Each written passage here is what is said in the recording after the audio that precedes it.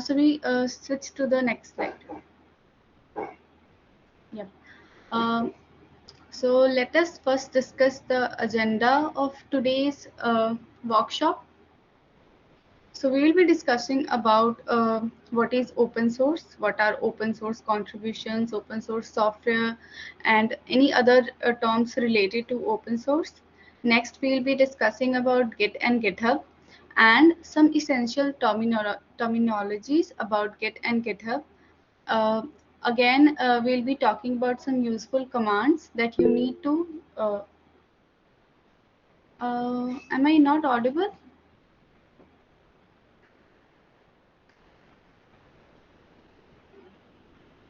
I think it's my earphones. Yeah, you're audible, but means your voice is lagging. Is it for only Cyan or anyone else is facing the similar issue? No, no, it's okay. Okay, okay, great. I hope it gets fixed. Okay, okay. Where was I? Yeah. So I will share with you some useful commands that you will need to know and you will be needing in your day-to-day life if you are going to contribute in open source programs or projects. Next, I'll be discussing about Hacktoberfest. What is this big deal about Hacktoberfest? Why is everyone contributing in Hacktoberfest?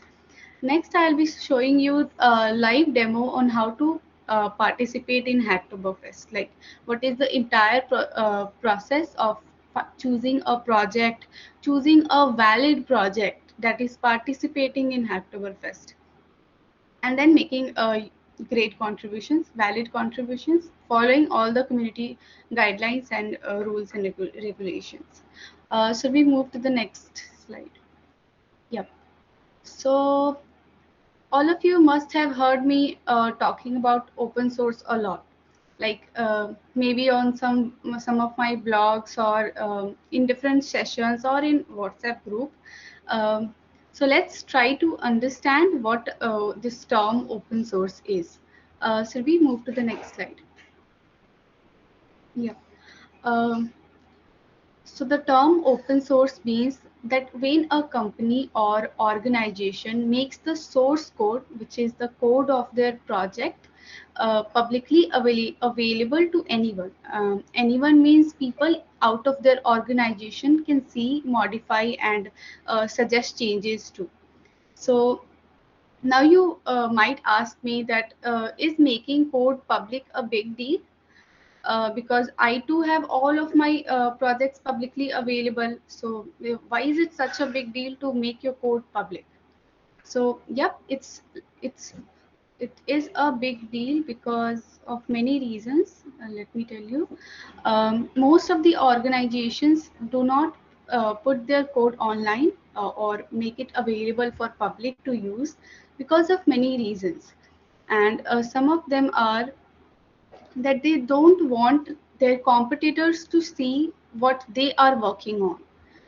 Some other reasons can be some other reasons can be of privacy reasons or security reasons, that they might have some very sensitive data in their code that they don't want others to see it or make advantage from it. Next, let's say you write code, right? You build your own project and you must encounter a lot of bugs. So making something, no one is like completely perfect, right? Even organizations makes mistakes. So it might happen that the project or their software have a lot of bug in it. So what if they, so if they make it public, people will see it that they are not following the rules and they are not the amazing organizations or perfect organizations that we assume them to be. So for this reason they do not make their source code public. But things have changed now. A lot of organizations have started making their code public. Why? Because of many reasons too. First, uh, first to attract a lot of talented and skilled engineers to contribute in their projects. So let's say also Wait a second.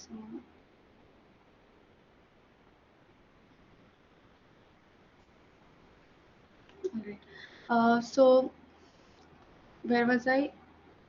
Yeah. So they make their source code. That's why I tell everyone to join early so that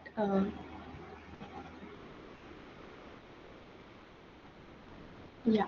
So also making something public, making your source code public promotes collaborations, and it is considered to be a good thing in these times. Next, a lot of people having eyes on your code makes it easier to detect bugs.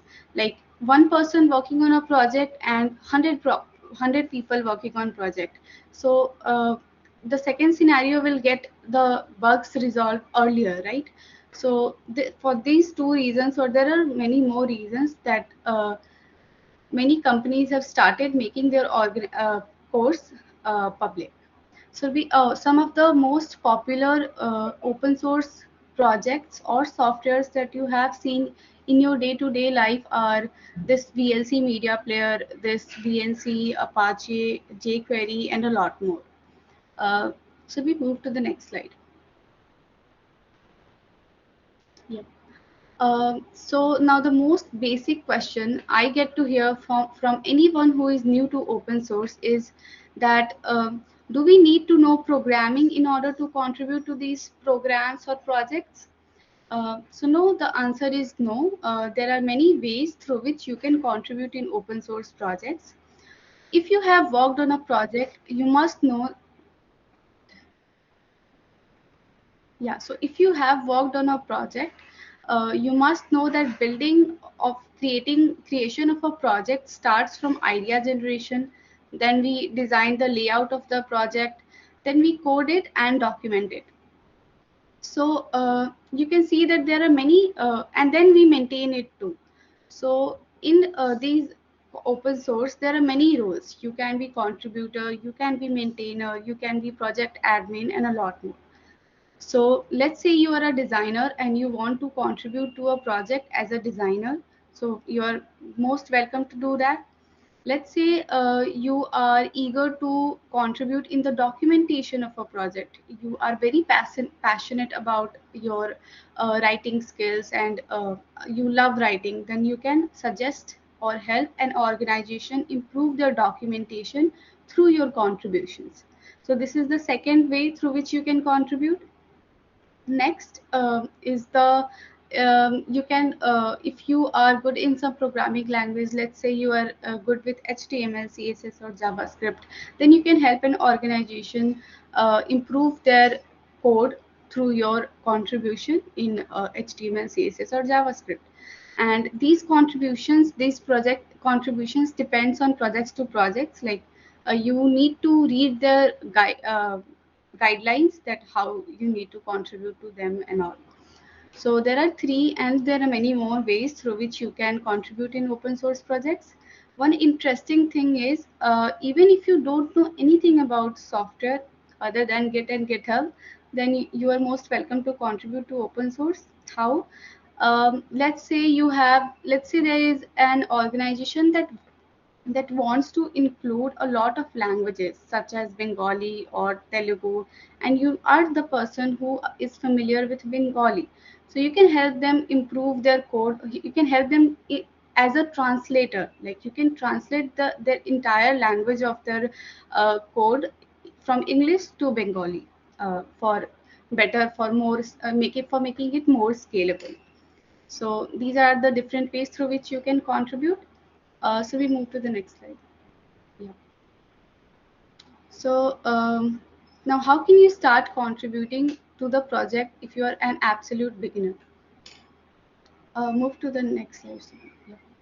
So here are 5 things that you need to do. First is choosing a tech stack or a domain, which I explained to you that you can be a designer, you can be a document, you can contribute as a document in the documentation, you can contribute as a programmer, you can contribute as a translator, and so on. So decide what do you like the most. Um, if you are a designer, you want to make changes in the UI of the project, and if you are interested in writing, then you might be looking to contribute in the documentation of the project. So first step is this. Next, learn about Git and GitHub. All right. Uh, so Git and GitHub are the most basic and the most important things to know before you start contributing to open source projects. I'll tell you what these things are in couple of minutes, but first let's understand what is the third step. Third step, let's say you know that you have decided the tech stack. Let's say you figured out what is Git and GitHub. Then the next step you need to do is you need to find the project that is seeking open source contributions. If you did all those three things, then the next is understand the code base. Someone said to me that they find it very difficult to understand the code base of companies. So of course it is complex, and you need to invest some time to understand someone's code. So give some time and try to understand it, and the next step is contribute to the projects that you selected. So we move to the next slide. Yep. So now our most popular term, which is Git and GitHub. Move to the next slide, Suvi. Yeah. So I am going to explain to you in the most simplest way possible. So no need to get worried or get scared of these big terms written on the slides, which is Git is a version control system that lets you manage and keep track of your source code history. Let me tell you what this Git means. So Git is a system, as it says that it is a distributed version control system that is used to keep track of changes in the source code. Now, what does source code means? Basically, entire code of your project is referred to as source code in software development. So the term is actually self-explanatory. It mentions version. It means that something that keep track of different versions of a file, so that any version is retrievable at any time. I'm sorry, I'm very bad with pronunciation. Uh, yeah, so that you can retrieve any version of the file that you are working on. Uh, Yeah. So suppose you're working on a project in your computer and you coded the HTML part of it, and then you get tired and decided that let's take a break. And after 2 hours, after scrolling reels, you finally decided to sit and code your project again. So this time you completed the project and you saved the project, but you saw that you made some mistake in the project. So how will you go back to the previous version where the code was clean and free of any errors or bugs? So in order to do that, wait a minute.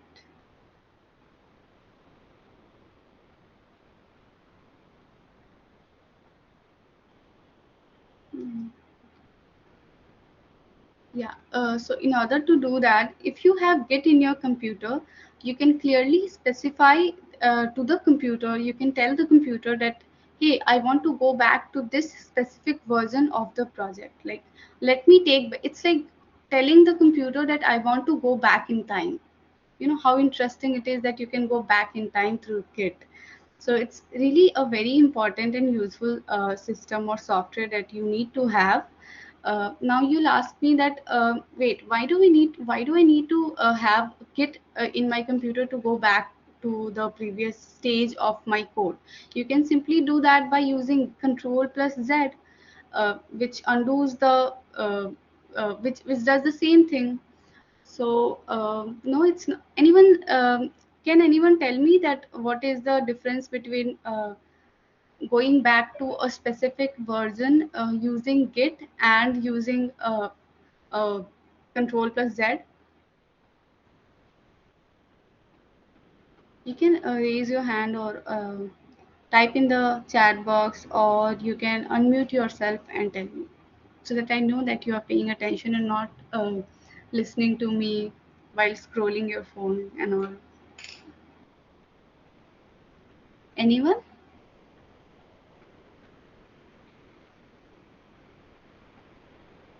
Rolling back or undo?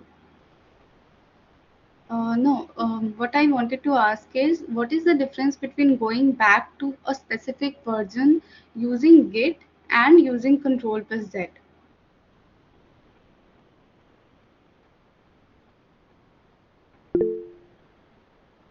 Yes, Sanjoy Paul, you can unmute yourself and tell me. Can I talk in Hindi? Yep, yep. Uh, हाँ, you तो can talk in. मतलब जब हम लोग Git use करते हैं तब मतलब Hmm. हम सपोज हमने किसी कोड में कोई एक Hmm. मतलब न्यू फीचर ऐड किया, तो Hmm. जब मतलब हमें कुछ उस फीचर में जब कोई बग्स आता है, तब हमें जब मतलब उस फीचर को जब मतलब उसका पहले वाला स्टेज में आना पड़ता है, तब हम लोग गिट यूज़ कर सकते हैं। But if you use control plus Z, then मतलब हम कितना बार यूज़ करें, मतलब 1000 बार यूज़ करना पड़ेगा ना एक मतलब पूरे फीचर को मतलब मूव करने के लिए। तो I think that's why we use Git. Okay, it's kind of okay. Yeah, it's you are kind of correct, but to explain it in a better way, so Control plus Z undoes the most recent change of a project, and Git allows you to specifically Git enables you to specifically Git specifies that I'm sorry, with the help of Git, you can specify the computer that, hey, I want to go back to this specific history, this specific position, which you cannot do with Control plus Z, because you cannot tell the computer that please go back to the that stage of the project. It simply undoes everything, right? Even the most recent change, but it undoes the entire project, not a specific file or something else. Okay, so this is the main reason that that's why Git using Git is better than Control plus Z. So so we move to the next set. Yep. Apart Other than that, Git also allows you to create branches for different features, so that your main code base remains unaffected until that changes are ready to launch. So just like you install Python to use Python, just like you install Java to use Java, in the similar way, you need to install Git uh, to use Git in your computer. So, in order to do that, just go to the Git official website and download and install the latest version of Git on your computer. How many of you have Git on your computer already downloaded and installed? Sanjay has it, Tathagata has it. Okay, who doesn't have Git installed in your computer? You guys can raise your hand. Okay, all right. So, do you want me to show to you how to install and download Git and all? You can unmute yourself and tell me that do you want me to show this downloading and installing of Git process? Okay, I'll do it later. Let's first move on to this theory part so that I can switch to the practical aspects of the workshop. Yeah, so we move to the next slide. Yeah. Uh, so let's take a look at GitHub. So GitHub is just like a notebook where uh, people can write down their code. It's just like a notebook where you can push your code. And GitHub is a cloud-based hosting service that lets you manage Git repositories. Now imagine you and your friends are working on a story. So GitHub is where you all keep your copies of the story, and you can see what changes others are making. So it's like a smart tool for storing your code or walking together, and it also helps you to let go back in time if needed. Those who are raising hands, can you please unraise it?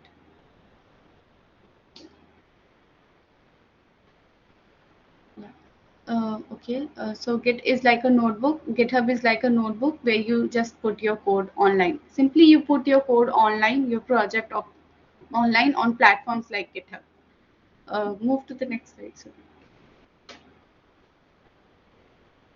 Yeah. So after you have installed Git in your computer and you have created a GitHub account, you need to configure your Git bash using your GitHub credentials. In order to do that, basically, I'll show this to you that how can you do that. But for now, let's just move to the next slide. I'll show everything in the live demo. Don't worry about it. So we move to the next slide.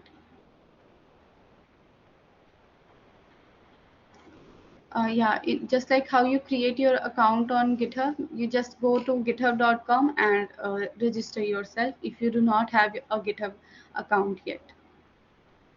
Switch to the next slide. So, next one. Yeah. Uh, so these are some important terminologies that you need to have knowledge of, and I'm not going to define them right now. I'll directly show these to you via the GitHub platform and while explaining everything like the live demo in the live demo.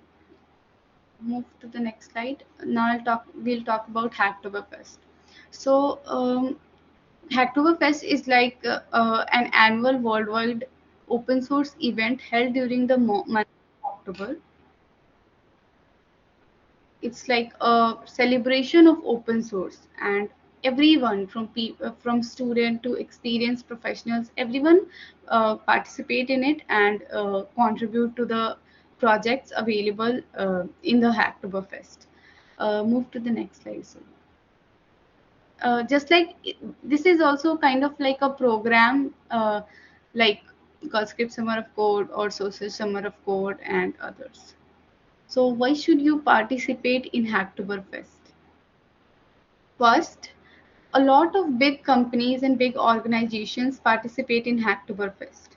For example, Free Code Camp, if you guys have heard of Free Code Camp, and there is Novo, there is uh, DigitalOcean, there is AppWrite, and a lot of other projects that participate in Hacktoberfest. So throughout this month, you can contribute to these projects and you can mention those in your resume. That will, and through that achievements, you will definitely outperform any of the other candidates for a specific job. That's the most important thing of contributing in open source. People literally land their dream jobs through open source. So it's definitely worth giving a try to. Next is yeah, it is very beginner friendly. It contains projects of all levels, and also they have this the entire open source community is very supportive. Like they are super supportive, and if you get stuck anywhere, I'm sure people will definitely help you out. Move to the next slide. Sir. Yeah. So as I asked in the first 5-10 minutes of this meeting, that people who do not have, who haven't yet registered for Hacktoberfest, you can go to Hacktoberfest website and register yourself in order to, and then you can find projects with this Hacktoberfest tag attached to it. So how to identify that the projects are participating in Hacktoberfest is by checking that the tag includes Hacktoberfest or not. And the next, you just contribute to it and make a valid pull request. Now I'll show you how to find projects that are participating in Hacktoberfest. So let me share you my screen. You can Stop presenting. I'll start presenting now. Yeah, wait a second.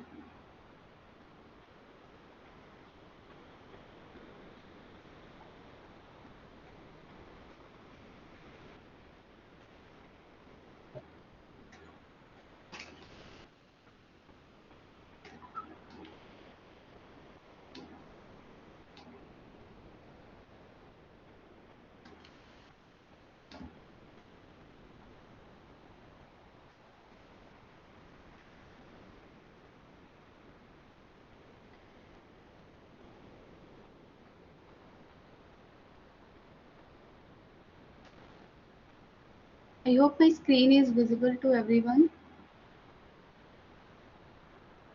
So this is the Hacktoberfest website.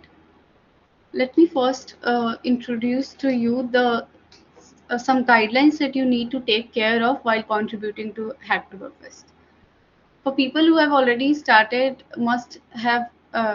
you must have been aware of the excluded and other terminologies that are used in Hacktoberfest. So let me explain to you what these things are. First, you can see from this. You can click on this button and register yourself. Just click here, and since I've already registered in the program, you can see my profile here. So you just need to authorize your GitHub, and you're good to go in participating in the Hacktoberfest.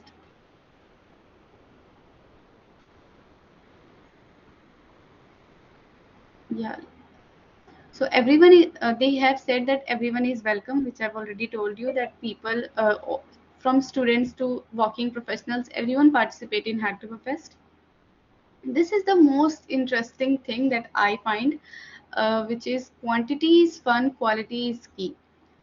A lot of people are a lot of people contribute DSA questions in the Hacktoberfest, and a lot of people just make minor changes like adding comments and other things, which is cool. Like, you are contributing to the project, but again, I said, if you're just doing it for the sake of sake of completing the program, because you need 4 pull requests to complete this program, then it's fine, but this is definitely not worth it. Try to make quality contributions. Don't try to add your projects or like the basic projects in some repository and call it a contribution. If you are an absolute beginner, it's fine, but these will not add any value to your resume, and that's what I want to explain to you. Then this short-term action and long-term impact is because of this open source, the opportunities that open source have. You can literally get your dream job through open source. Next, here are some participating rules that are mentioned here, which is you have to register anytime between September 26 and October 31. All the pull requests can be made in either GitHub or GitLab. GitLab is also a GitHub-like cloud hosting platform where you store your projects online. Next, I will release a form for project maintainers, so you'll know what these project maintainers are. They basically review the contributors' code and accept or reject the pull requests and all. So if you have contributed, or if you make a pull, don't worry if you don't know what this pull request means. Uh, I'll show you this in a minute. So project maintainers must accept your pull request for them to count towards your total. This. So initially, until last year, they used to give a Hacktober T-shirt and a lot of cool swags and badges.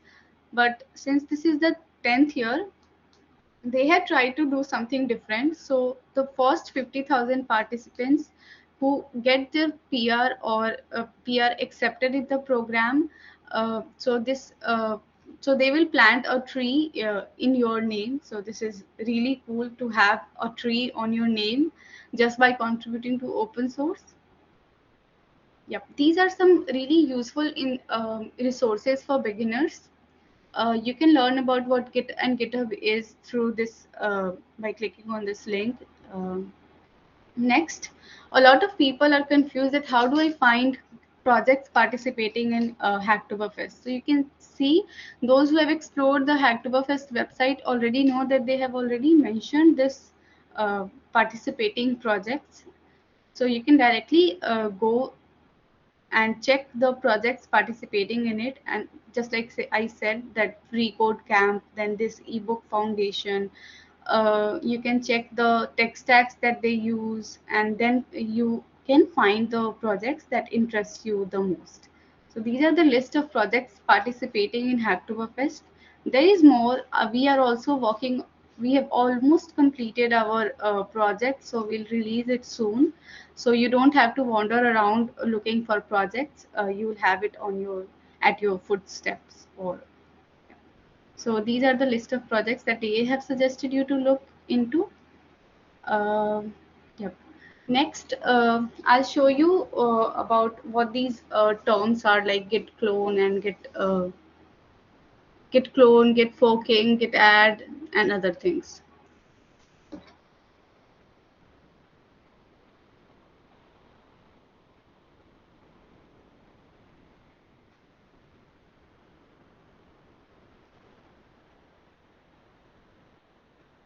Yeah. Let's first understand the terms that I've said that I'll explain to you in a minute. So this is a project, this is a repository. Free Code Camp is a repository, okay, just like a project. You can see this branch. Repositories means something where you store your code. It's like a collection of files and folders. You can see this is a folder, this is a folder, and then this is a file. So it's different from the file that you store in your computer, because it it keeps tracks of the entire history of who made the changes at what point of time, instead of just storing the code. That's the difference between having your code on your computer versus having it on GitHub. So this is a repository. Then you can see branches, right? There are 7 branches right now, and this is called default branch. I hope everyone is paying attention to, right? Because just explaining theory won't work, so I decided just to show you what these big terms are. So this is the main branch. It is just the name that GitHub uses for the default branch. So whenever you create a repository, you are given a default branch by the name of this name, or it can be master, but because of some historical reasons or conflicts about the word master, they have started using it. They have shifted to the main branch. So these are branches. Now, what is branch?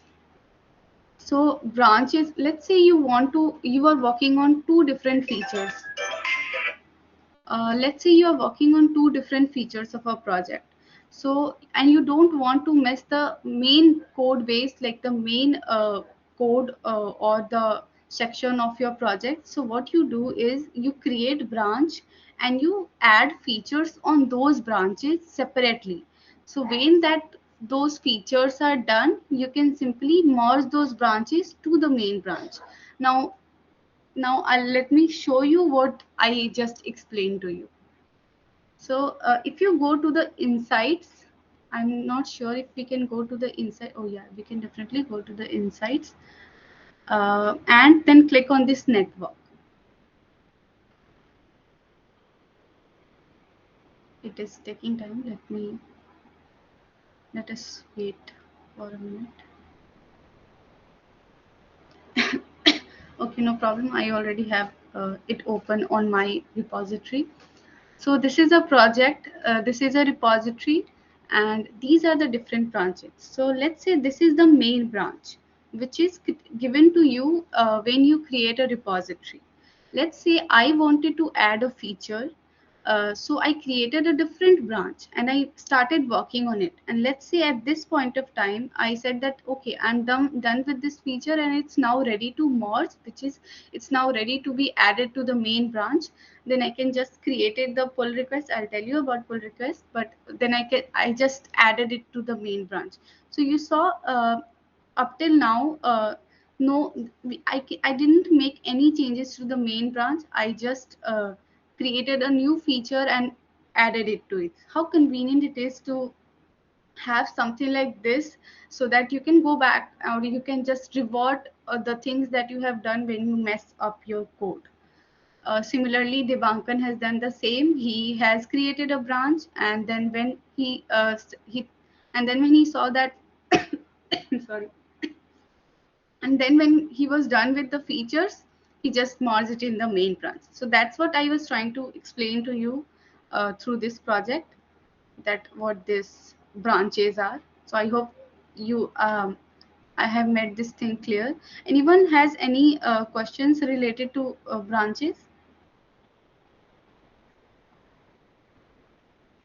Savik, do you have any questions? You're the most active participant in every meeting. No, Didi. Great. You understood it well? Yes, Didi. Awesome. All right. Next we have this fork. What is fork? So forking means, okay, this project is not yours, right? You can see that this belongs to an organization called Free Code Camp. So forking means, let's say I fork it. Forking means creating a copy of others' projects on your GitHub. So I clicked on fork and then I'll just click on create fork. So it will create a copy of this project on my GitHub. So it is purely independent of the project, the main project, and I can make changes to it without altering the main website, like the main organization's code. So let's just click on create fork.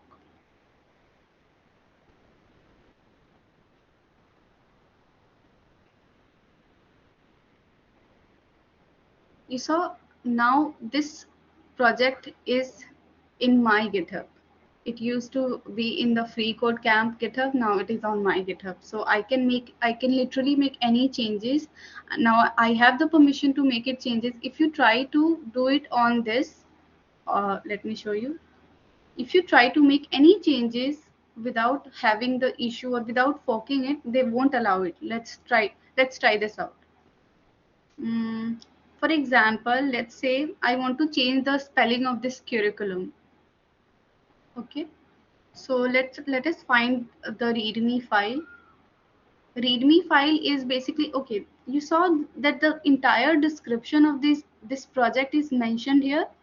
So how convenient it is to be so that you can, it is for contributors or for others to know about what your project is like. It can store the entire description of your project. So see, they have mentioned everything that this project is doing, and so that people know and contribute in a better way. So let me find the README file. This is what README does. Where is README file? Okay, fine. I'm unable to find README file. Can you guys see README file? Oh yeah, here it is. Okay, I'll click on this. Okay, I'm attempting to change the code of this organization. Okay, let's say I change the curriculum to N. Okay, now let's try to commit changes. Committing means saving the change, like just like you save code in your computer by doing control+S. On GitHub you do it by committing it. Commit change. Let's commit change. You can see here they are saying propose change, which means I do not have access to do it on my own.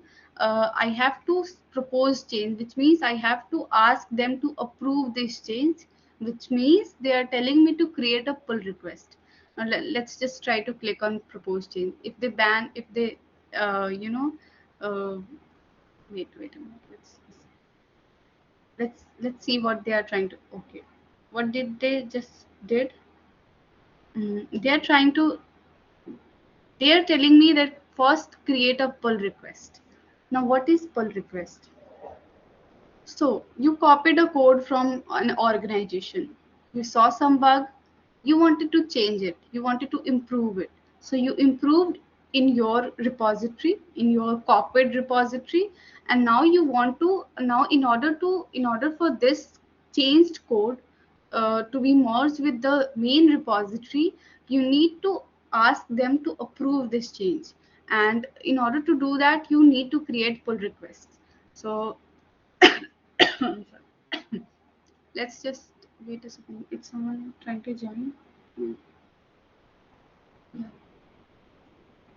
Yeah. So I'll create a pull request. Let's just create a pull request. They'll kill me because this is such a stupid change. But let's do it. Create pull request. Okay. So now you can see this line. They have mentioned some descriptions that I need to, some rules again. Please follow this checklist and put an X in each of the boxes, which means please tick mark the things. If you don't understand the markdown, then you can just click on this preview and understand it. So what this pull request, what they are trying us to do. So this is basically checklist that they want you to ask. They want me to answer this question that have I read the and followed the contribution guidance? No, I haven't done it. Have I read and followed how to open a pull request guide? No, I haven't done it. If I have done it, then I could simply create pull request and they will verify the change and merge it in the which is added in the main repository, and it is visible to the entire world that I changed the curriculum from M to S or whatever. So you saw you made your first contribution, a first open source contribution, how easy it is. So till now, what we have covered repository, we have covered branches, we have covered pull requests, we have covered commits, and we have covered merge. uh, Next we need to what is this issue thing? As the names suggest, the issue is basically the issue in the code. Let's click here and check what are the issue in this such a big organization. Let's click here. Whoa, can you see 16,000 closed, which means 16,000 changes were proposed in this code base. Anyways, 198 are open. A confusing example in cafe menu. Someone is saying that they are unable to understand what this cafe menu is. So, and these are the tags like waiting, curriculum, bug, and all. But let me tell you what is the tag that you need to look for if you want to if you want to make sure that the issue you are contributing to is participating in Hacktoberfest or not. So click on the labels and you will click on this Hacktoberfest. So this is basically I'm filtering it out. All those issues with Hacktoberfest tag will appear. So you can see this Hacktoberfest E2E testing. So this issue is participating in Hacktoberfest. You can I can literally make changes and I can add I can create PR, and if they verify my PR, then they can merge in my uh, they can merge it in their main code base.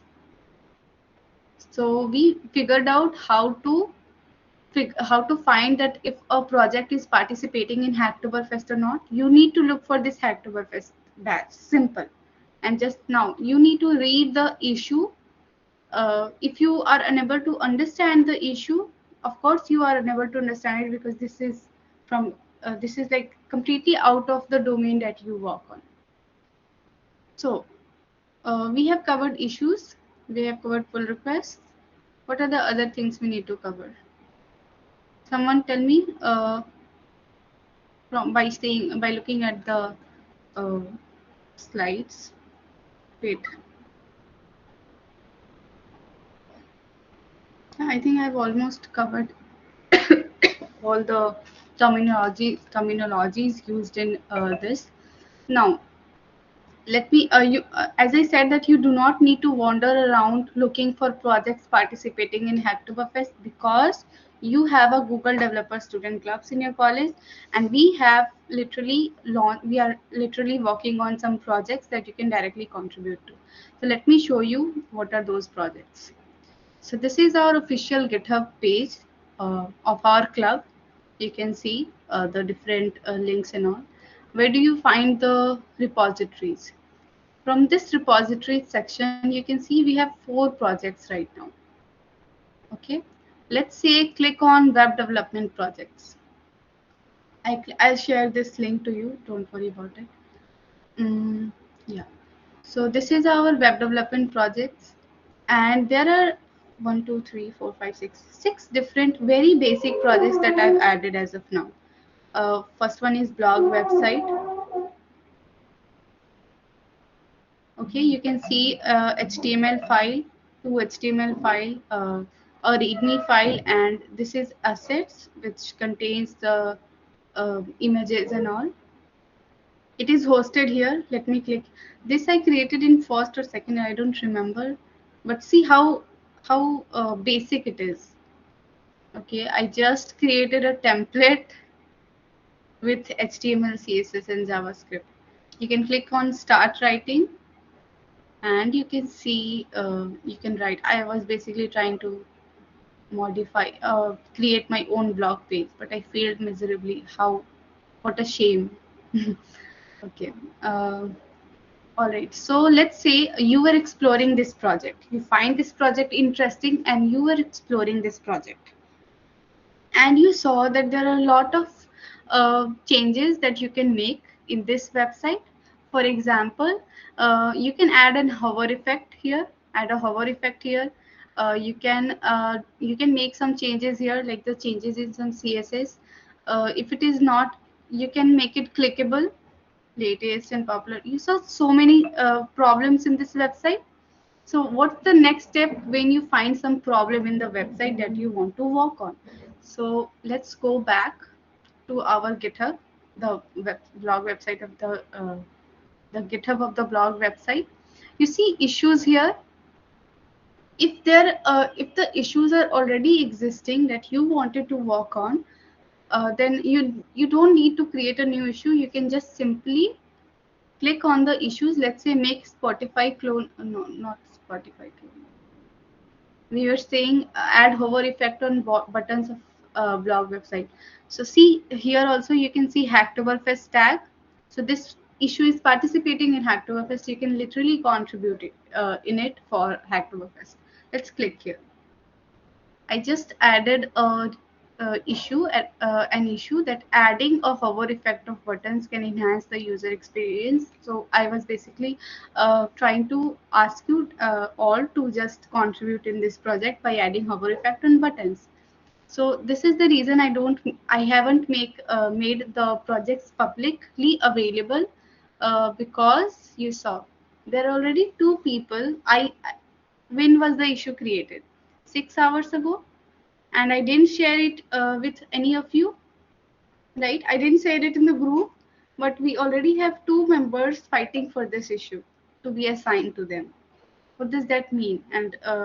And according to rules and regulations, we must assign the issues to the people who have commented first.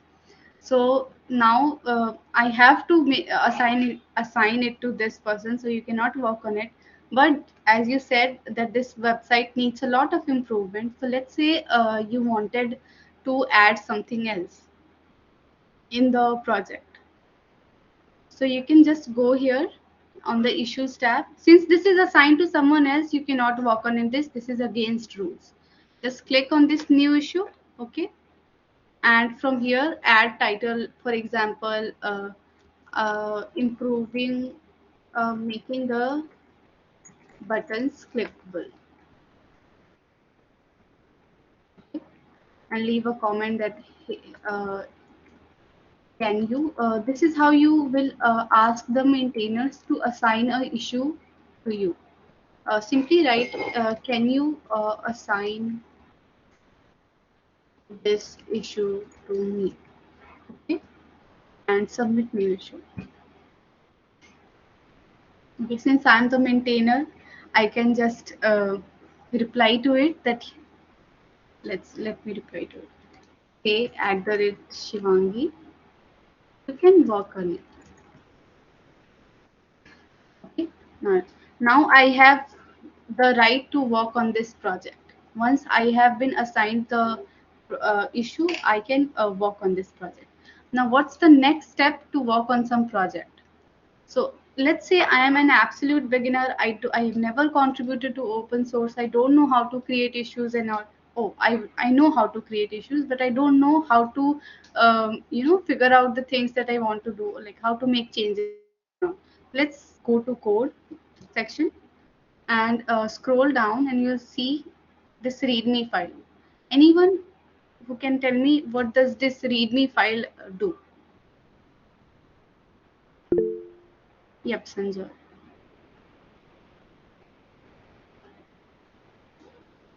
You can unmute yourself and tell me what does this README file do. It's just a description of our project. Great. So if I was confused how to get started with the project, I can simply read the description of the project. Where is my project? Here is my project. So let's read it. This is basically the code base that everyone is afraid of. This web repository compiles a range of web development projects spanning from basic to advanced levels. Okay. Before contributing, start the repository. Make sure you start the repository so that you don't, in order to show the support, because it goes a lot of hard work behind making a project. Next, how to contribute. Okay. Fork the repository. I showed it to you. Why do we need to fork? Anyone, why do we need to fork the repository? Except Sanjay. No, Sanjay, not you this time. Anyone else?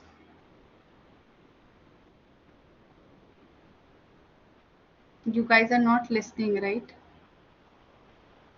I'll call out names and then ask you, okay? If you don't raise your hands. So it's better to raise your hand. Okay, Manpreet. The question is, wait, what's the question? Yeah, why do we need to fork the repository? Please repeat because I don't know what's happening today. Means your voice is breaking so much. Like, Really? and I also can't unmute myself and tell you. No, no, no, it's not your network issue. The network over Uh, here is like really poor today. okay, no problem, no problem. Tathagata shared to copy the file to our local device. No, no, no. Uh, mhm. uh, the forking means copying the file to your GitHub. In order to uh, store it in order to copy it on to your local device, local machine, you need to clone it. That's the word I missed it, right?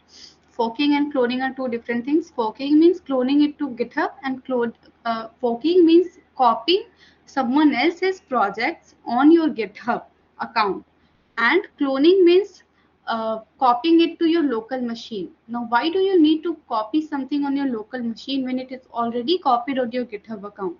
So, using the command line interface which Git provides, yeah, so that when we upgrade, the repository does not show on the main repository. No, we need to copy the repository. We need to clone the repository to our local machine so that it can be because it is more manageable, and you can use command line interface through it.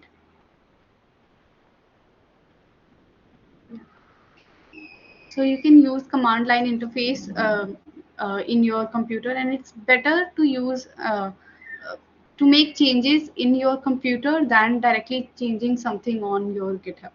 So that's the main reason you need to fork, and you need to Terminal, yeah, you can use terminal for that. You can Git is accessible everywhere. You can use your terminal. You can use VS Code's terminal, and you can use Linux and any other things too.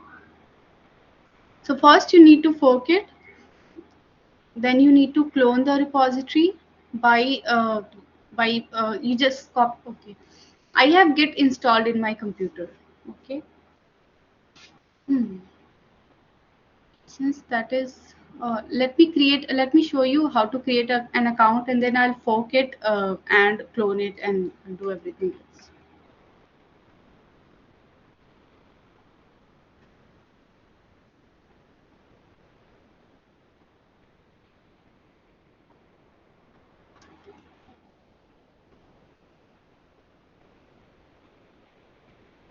Now I'll write my, yes. Now I need to verify my account. This is how you will create account. Let me make it.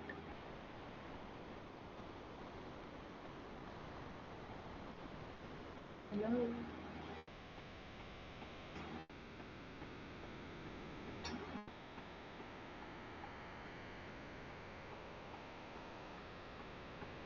Okay, no worries. I don't know why is it not working. Mm, yeah. Let me fork it. Let me click on fork, create fork.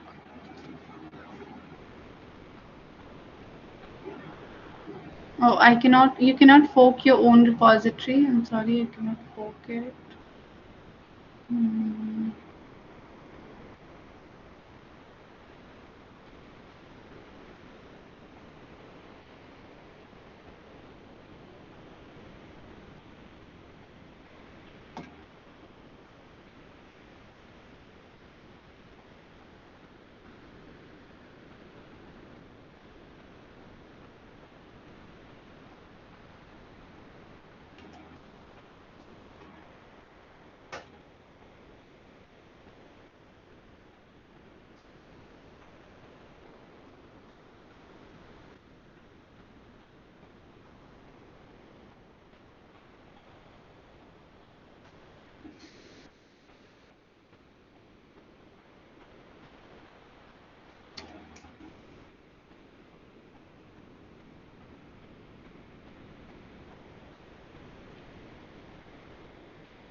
Oh, this puzzle thing. Use the arrows to rotate the animal. This. I'm sorry. This is a very funny thing to do in a meeting, but I can't help it.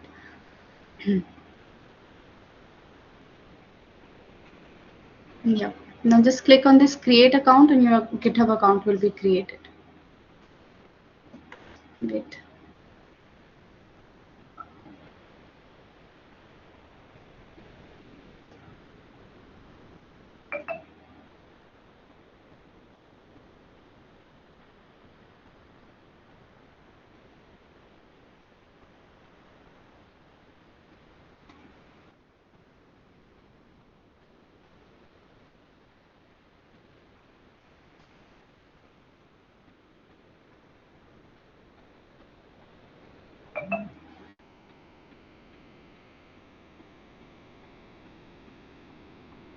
Fill out some details that they ask you.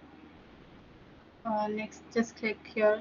Click on continue, and click on this continue for free. Woohoo! We have entered the world of GitHub universe. So this is how your dashboard looks. Nothing, simply nothing when you have just created your account. Now what was the repository that we wanted to fork? This one, right? Let me copy, please.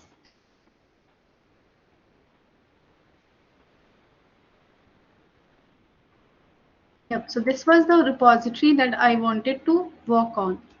So they were asking me to fork the repository. Let me fork it. Since this is not my repository now, so I'll just fork it. Click on create fork.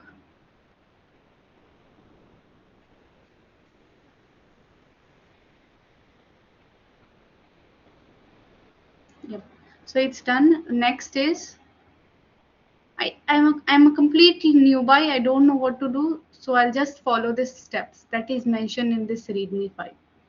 What are they saying next? Okay, clone the repository. Clone your forked repository. See, you cannot clone the main repository. You have to clone the forked repository, and we are already on our forked repository. How can you check it? You can see the organization name, your name slash the project, not their name, and slash the project.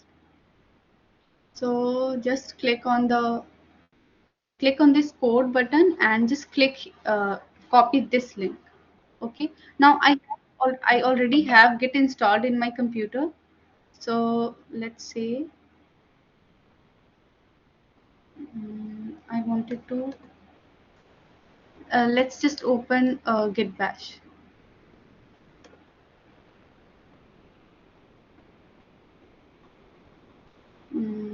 Session. If you have Git in your computer, you can see this option Git bash appear whenever you try to open a terminal and all. So I'll just, since I already have it, all you have to do is just create the account and authorize it. I've already mentioned that in the presentation. I'll share you the entire presentation when I'm done with the session. Now, what are they saying? I need to enter this command, git clone this. Okay.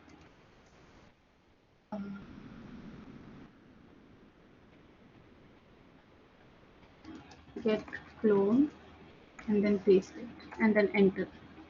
I'm cloning it. That is, after this work is done, this project needs to be in the folder that I just created. Let's see if it works or not.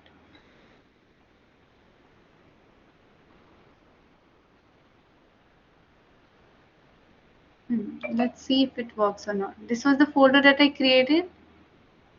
Oh, we have the project in our local computer. Great.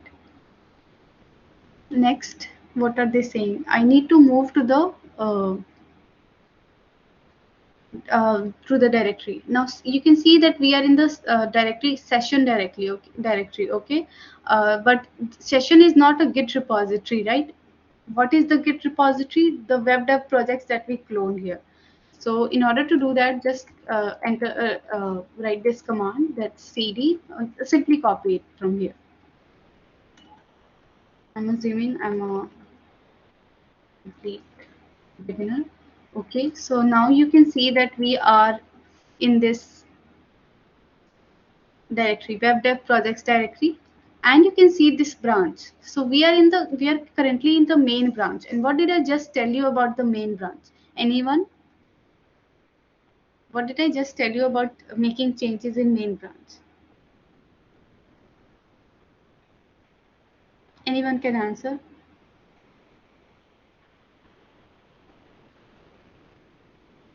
Can you repeat the question? I was kind of distracted. Yeah. Okay. Okay. That's great. Okay. So, what did I just tell you about making changes in the main branch? You can see the main branch here, right? So, can you should you make changes here?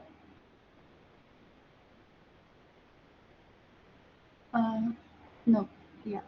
You cannot make changes here because this repository because this will you'll learn about conflicts later, but this is not the right thing to do, as you should always create another branch.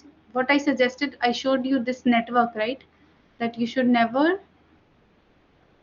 always create a new branch and not directly make any changes in the main branch. You guys forgot so soon. That's so sad. No problem. You learn it by doing. Always try to learn it by practicing only, because theory won't work. All right. What are they trying to tell me? You can skip this part. They're just telling me that if you have already made the project, you already have this project in your computer, you need to you don't need to make the pull and all. So in order to create a new branch, follow this command.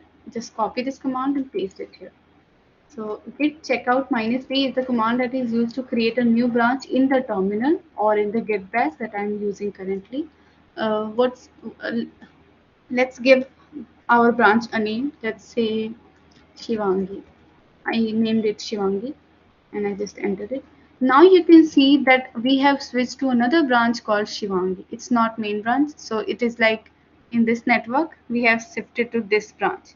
Now we can change it and then directly create a pull request and the maintainer can merge it. In my case, I am the maintainer, so I can merge it and show it to you right here only. Yeah, what are they saying the next? Make the necessary changes to the code base.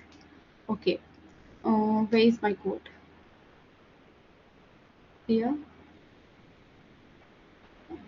I wanted to make the changes in blog website, right? Let me open it in VS Code. And I'll make any change, okay?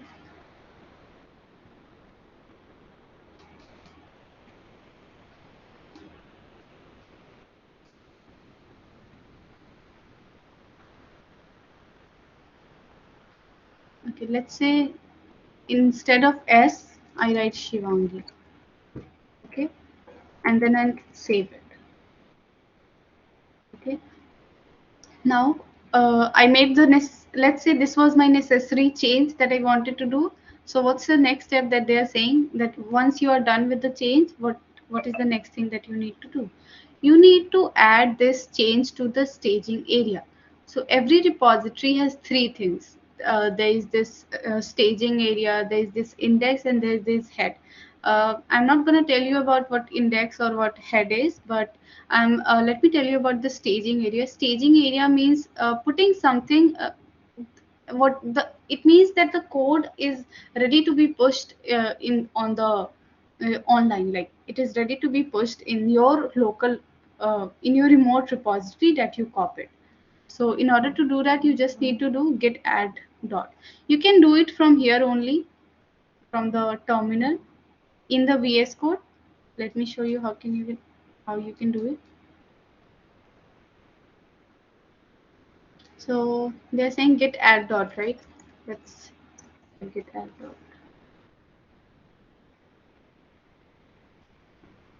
Let's check the status. You can see status, get status is used to check the status of the project. So it says modified blog.html. Okay, what's the next thing that they ask us to do? Commit. Commit means saving it to your remote repository. So just type the command that they have asked us to. Git commit change. You should always write a very detailed commit messages here. So let me write what I did. Changed. This is to confirm. Let's say uh, you are writing a code, right? And after 3 months, you look back to the entire code, and you are totally confused that what did I do and all. So for that purpose only, we always mention commit messages whenever we do some changes in our project, so that we can understand that what are the changes that has been made to the repository. So let's say changed S to Shiwangi. This is what I did. Let's enter. Okay, they're saying one file change, one. Wait.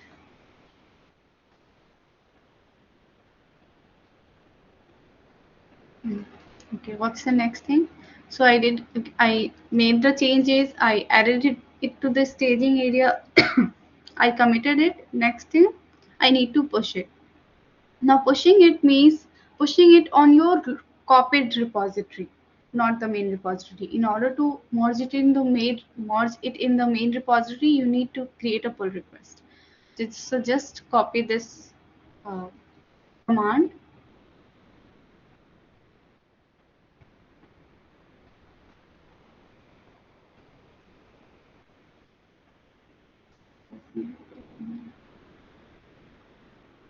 Git push origin. What was the name of my branch? Shivangi. You need to mention your branch name here. Make sure that. Let's see.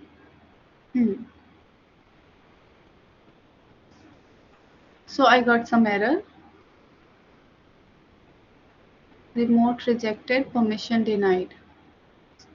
So let's say you encountered uh, some error like that. So how will you? So let's say I was a complete beginner. I didn't know, and now I'm completely scared to like. I'm really scared that what did I just do? So just copy this, okay, and let's use ChatGPT.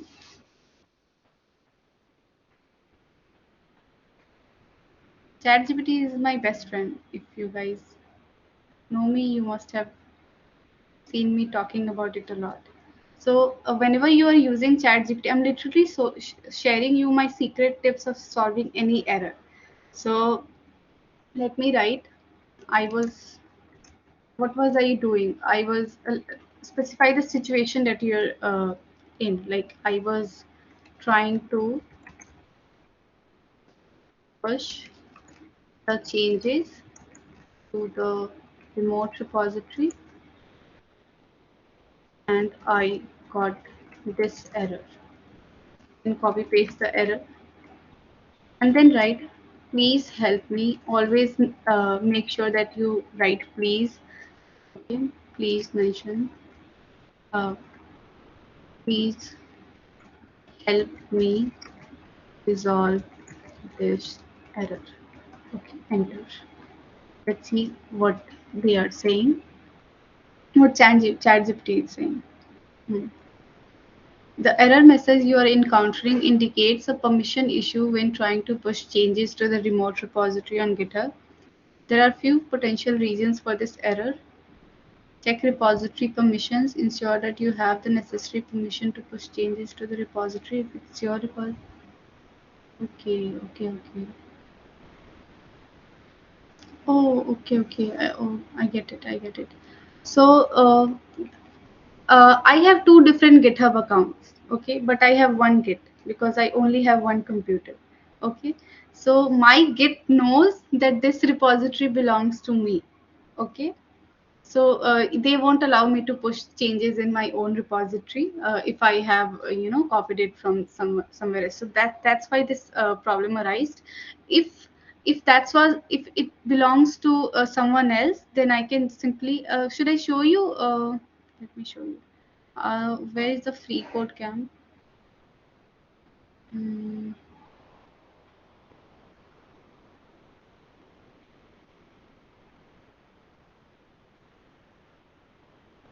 again I already have this. Why do I already have everything in my computer? Okay, so let's say if it would have been worked, then they just have asked us to create a pull request that I showed you just 15-20 minutes ago, that how can you create a pull request, if you guys have seen or paid attention to. So that's how you create a pull request, and then someone from the team, in our case it's me or some other project maintainers, will review it and merge it. That's the entire process of contributing to any open source projects, not only this Hacktoberfest. So yeah, so, since this was my repository, I was unable to show you. I'm sorry. I think I already have done it, but yeah. Surbhi, can you present the slides again?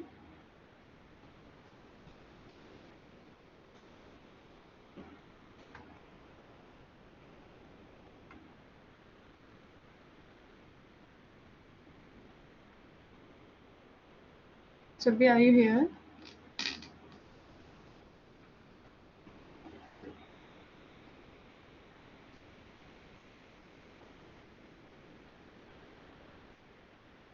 Wait, let me present it.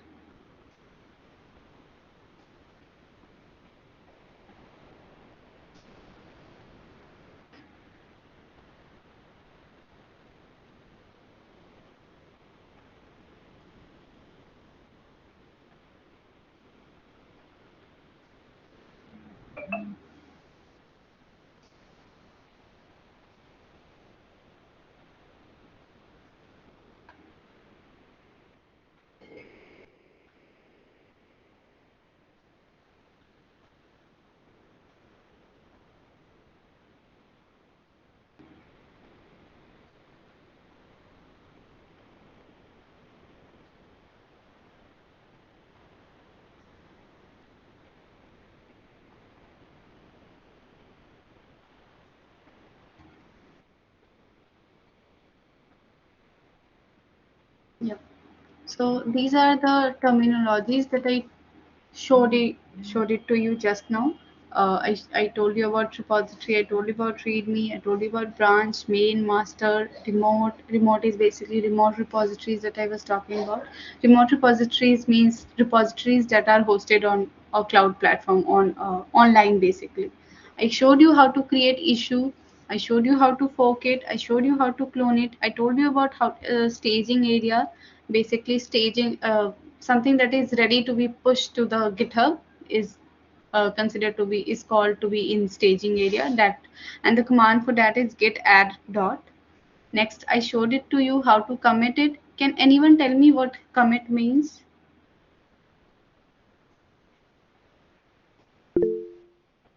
Yep, tell me. You need to apply the changes.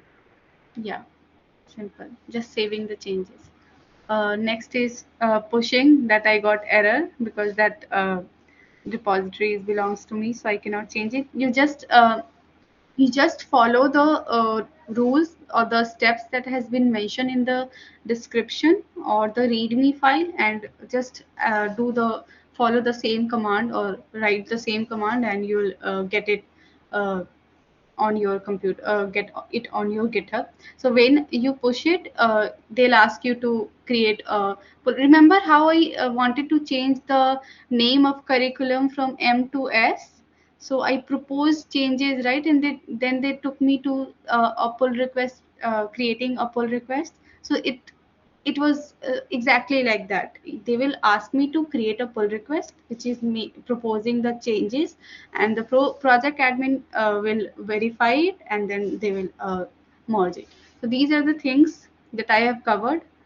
I have covered about what is Hacktoberfest, why should you participate, how to participate. I showed you the live demo. Look for projects with Hacktoberfest tag in it. You already have a project we already are working on our project that will make it official in 1 or 2 days. So until then, you can learn about Git and GitHub. I have already shared a lot of resources on in the WhatsApp group, but if you do not have it, I already included everything on this presentation too. So this is the Git cheat sheet. These contains the list of all the commands that you will be needing in your day-to-day life. Next, the Git and GitHub documentation. You can read the documentation and understand Git and GitHub in a very uh, precise way, because Git and GitHub are the most basic things that you need to know in order to be eligible to at least apply to some companies. All right, Hacktoberfest participating projects, list of the projects participating in Hacktoberfest. And then this is the list of our project that are participating in it. If you already are familiar with open source, you can just start contributing in it, because you already saw now how those two guys were fighting for one issue. So if I make it public, everyone will just create issues and then spam it, and then you won't get the chance to work on the simpler issues, because all of those simpler issues will be taken by someone else. So act fast if you are contributing in open source, and act smart again, and try to ask for help. No need to shy away. If you don't know anything, just ask me out. I am doing this open source thing from the past 1.5 years, so I have worked in some really big organizations like Layer 5, Novo, and all. So you can just simply ask me if you get stuck somewhere. So yeah, this was it for the Git and GitHub workshop. Anyone has any questions, please feel free to ask. Or I'll ask the question, because I didn't just explain to you.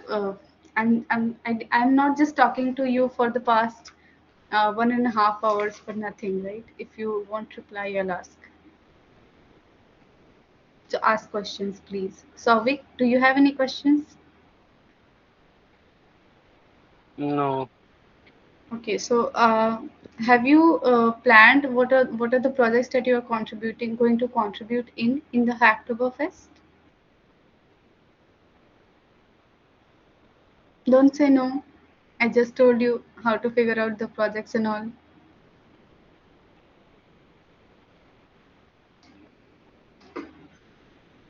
Okay, I'll share you. What is your tech stack, Sovik? Python, great. We have some really cool Python projects in our ML projects. So look forward to contributing in it. Ashwarya, you are also into Python, right? Have you decided what are the things that you are going to contribute in? You can unmute yourself.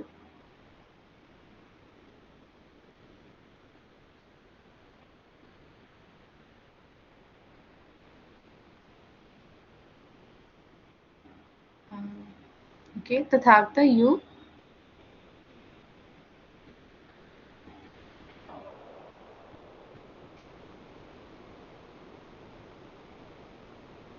You guys are really exhausted.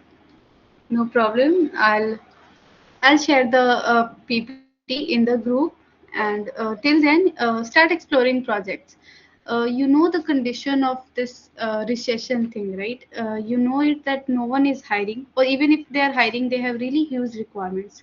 So if you cannot work as a software engineer in a company, make sure you at least have your you make sure you at least contribute in those big organizations through open source, and you can literally get jobs through it. Believe me, I'm not lying. I'll show some really cool examples. Maybe you can see me working in some drink company through this open source program and all. Let's just hope for the best, and keep exploring things. That's what I would like to ask you guys. With that, I think we should conclude this meeting. It's all 15 of you. It was my pleasure to have you guys here. It's really great that you are attentive on the. Today is Monday, right? So on Monday, you guys are at night. You guys took your time to learn about something. This is a very big deal. Appreciate yourself for this. And with this, I think we should conclude it. Thank you so much for attending the meeting. Yeah, see you in some other meeting. We have planned something really cool for you, so stay tuned. Yep. Bye bye, everyone.